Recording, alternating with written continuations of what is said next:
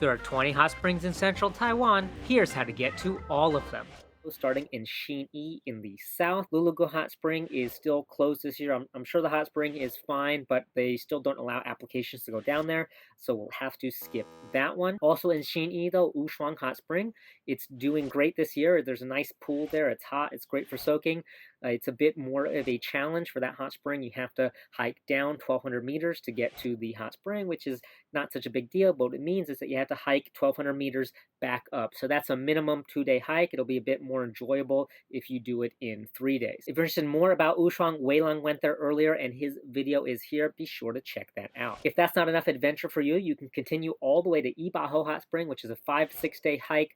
And that one actually I don't have any information on this year. But if you have been there, please let us know in the comments and update that information so that everybody can use it, because before you go on a 5-6 day hike, it'd be really nice to know if there's a hot spring there waiting for you. Further north in Danda River, we have Jianian Duan and Danda Hot Spring. Jianian Duan is like a 17-kilometer hike. Danda is going further, about 35, so that's a 2 or 3 and then a 4 or 5 day hike respectively. Recently, there has been a lot of rain in central Taiwan, so the water levels in Dandashi might be too high to reach them during the Chinese New Year holiday. But when those water levels go down, you can hike up with your ultralight Xiaofei pack raft and then float back down on the way back. That's it for the more complicated hot springs in Nantou. When we move north into Renai, they start to get easier. You get Wanda Beishi and Wanda Nanshi Hot Spring. Both of those are very easy hot springs to get to and both very beautiful hikes. It takes about 90 minutes to get to Wanda Beishi Hot Spring. It's a really highly recommended beginner hot spring if you're interested. The water there is not especially hot, but it's very nice for soaking in during the day. And because the hike is just so beautiful, it's still worth hiking in there and camping and spending the night there. I went there last year with Ku. You can see the video here or here. I don't remember which side it pops out, but check that out if you're interested in visiting that hot spring. I also went to Wanda Nanshi early this year. At that time, it hadn't been dug out yet. That hot spring is generally much smaller, but I encourage you to check it out anyway, because it's only a half-hour walk once you're down there in the river, and it's very beautiful. The canyon is very nice. Typically, that hot spring needs to be pumped out because it's a bit small and close to the river, but still it's very nice and a very worthwhile hike, even if it can't support that many people. Continuing north along the 14, we have a bunch of hot springs in a row. Chunyang Hot Spring, Mahaipur Hot Spring, Lushan, Jingying, and then Unhai, all the way up the same river. Starting with Chunyang, I've been there a few times this year. It's very small. There's just enough to soak your feet in, but it's possible that could be dug out further as the water level goes down. However, with Chunyang Hot Springs, the pools that people dig tend to be mysteriously vandalized. Nobody knows what happens to those, so there may or may not be a pool there to soak when you visit, but it's still a very nice place. Nearby Taiwan Hot Spring would be very amazing, but the riverbed is completely overrun with pipes and trash from the commercial hot spring industry. So unless you want to make yourself depressed, it's probably best to just skip this one. In the next village north, we have Mahaipur, which is a very nice hot spring. It's very cool for taking photos, but actually the water's not so hot. It's in there in a little hole right next to a waterfall, so it's very unique, but because there's so much cold water going into that hole, the temperature never really gets very hot, but sometimes there's some small pools along the way that you could check out. But since it's only like a 15-minute walk up the river there, it's highly recommended. Just to go check it out. It doesn't take that long.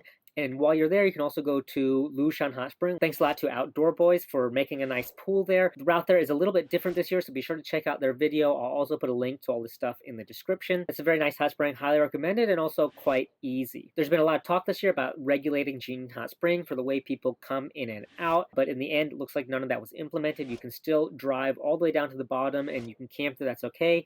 And also, the village at the top, they have some services that also drive you down if you don't want to drive on such a narrow and steep road. So that hot spring, it's very nice and it's very big. So even when there's a lot of people there, because there's so much hot water coming out, it's still an okay place to soak. Right above it, there's a nice waterfall, which is only a few minute walk. And if you continue up that river, you'll actually get to Unhai Hot Spring, which is like 50 degrees this year. It's very hot, but because it's right next to the river, it's very easy to Tiawen. You can make a nice pool there. Very beautiful and peaceful. It's only about a 90-minute hike, but in the middle there's one part where you need to climb up with a rope. It's like a vertical 10-meter climb there over the dam. So just keep that in mind when you go. But otherwise, it's not too difficult to get to, and it's very nice and beautiful. After that, we've got Rayan Hot Spring. That's going to make it in the video. It's time for intermission. Get a sip of water. After that, we've got Rayan Hot Spring, which is also nice this year. It's only a 5-minute walk from where you park down the bridge, so I recommend visiting that if you're in that area. It doesn't take too long, and it's quite nice and beautiful. Further up there, we have Hongxiang Hot Spring, which is perhaps the farthest hot spring you can get to for driving. This year, they built 2 nice new houses around it. Those are separated into male and female, and they're very hot and very nice. So if you're in the area, of course, check that out as well. That same river, Beigangxi, taking it all the way down, will get you to Huisun Hot Spring, and that one's well protected. It wouldn't have been damaged by the typhoon. It's kind of in the wall there with a little concrete pool. And that's quite nice. I recommend visiting that. Depending on the water level, it's around a 4-hour hike, so it can be done in one long day, or you can camp there and come out the next day. Or you can pack raft from瑞岩温泉all the way down through the canyon over 2 days. That's what we did. It was a really fun adventure and a unique experience. You can check out the video here. On the other side of the mountain, we have Dajia River and Maling Hot Spring. I went there also with Ku. You can see the link here, and check that out. It's about a 2-hour hike, 2.5-hour hike, and it's not too complicated.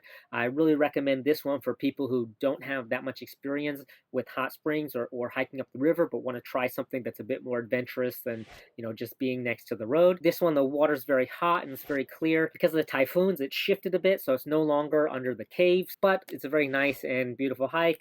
Not too difficult, but adventurous enough to really be enjoyable. Going over to the next valley, Da'an River. Tiango Hot Spring came back, and it is amazing this year. But the WRA says they're going to bury it with an excavator. So far, they've only put up fences, but the law doesn't actually prohibit you from visiting this hot spring, so if they don't destroy it, you can ignore the signs and visit it anyway. The new route, because of the fences, is only a 10-minute walk. I put up a map on 68maps.com. You can check it out with a link in the description. And further out that river, we have Shuijian Hot Spring, which is about a 15-kilometer hike. It takes about 4.5 hours. However, that hot spring typically is not so good for soaking out because it's a bit deep down, so you have to dig far, and the water generally needs to be pumped out. So that's why most people, go there with cars. However, I don't really have any information on it this year yet. So again, if you do have an update on that, please let us know in the comments. Continue north, Taian Hot Spring at the start for Unshui Waterfall. It was always very small. You could only soak your feet in it, but this year it's dry. Don't bother with it. It's not there. It hasn't been there for many years. Probably won't come back anytime soon. That's it for the Central Yeshi Wenchuan. All of this information, again, is on 68maps.com. You can find maps and everything you need there, and you can also post maps and post photos and share more information with the community so we can all have a better hot spring experience and a better hot spring year. And I really look forward to seeing you out there.